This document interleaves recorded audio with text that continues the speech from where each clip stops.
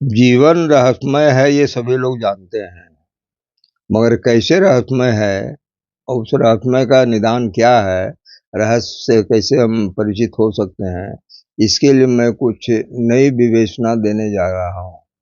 मेरा कहना है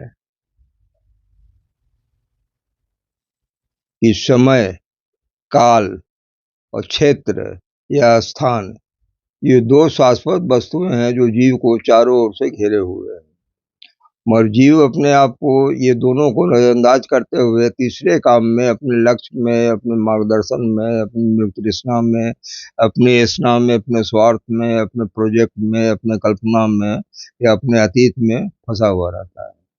नतीजा है कि जो अभूतपूर्व जीवन मिला है, जो जीवन आज तक किसी को नहीं मिला था और आगे मिलने की संभावना किसी दूसरे को नहीं है इस रूप में या इस युग में, उस जीवन का रहस्य हम कैसे पकड़ सकते हैं?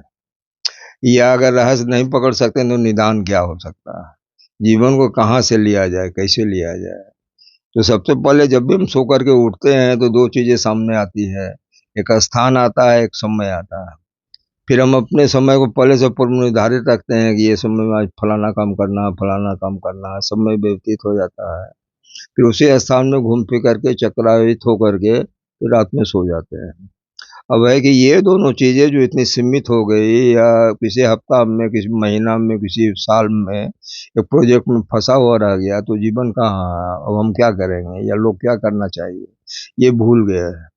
तो उसी के लिए अब मेरा कहना है, एक नई चीज़ मैं बताने जा रहा हूँ कि जो समय और काल में अंतर है। ऋतु जो है वो काल का पात्र है, या क्षण जो है वो काल का पात्र है।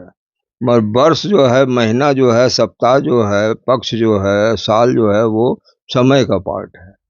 तो यदि हम काल के में जाना चाह रहे हैं, जीवन को काल के सदृश समझना चाहते हैं या काल से परे होना चाहते हैं, तो यदि हम 6 ऋतुओं को समझ लें, 6 ऋतुओं के आवर्तन को समझ लें, तो मृत्यु और ऋतु दोनों सापेक्षिक शब्द है। तो वो मृत्यु शब्द जो है, जो आ रहा है 6 ऋतुओं के स्खलन से या 6 ऋतुओं के विघटन से, जो मृत्यु आ रही है, वो मृत्यु आंशिक तौर पर समाप्त हो सकती है।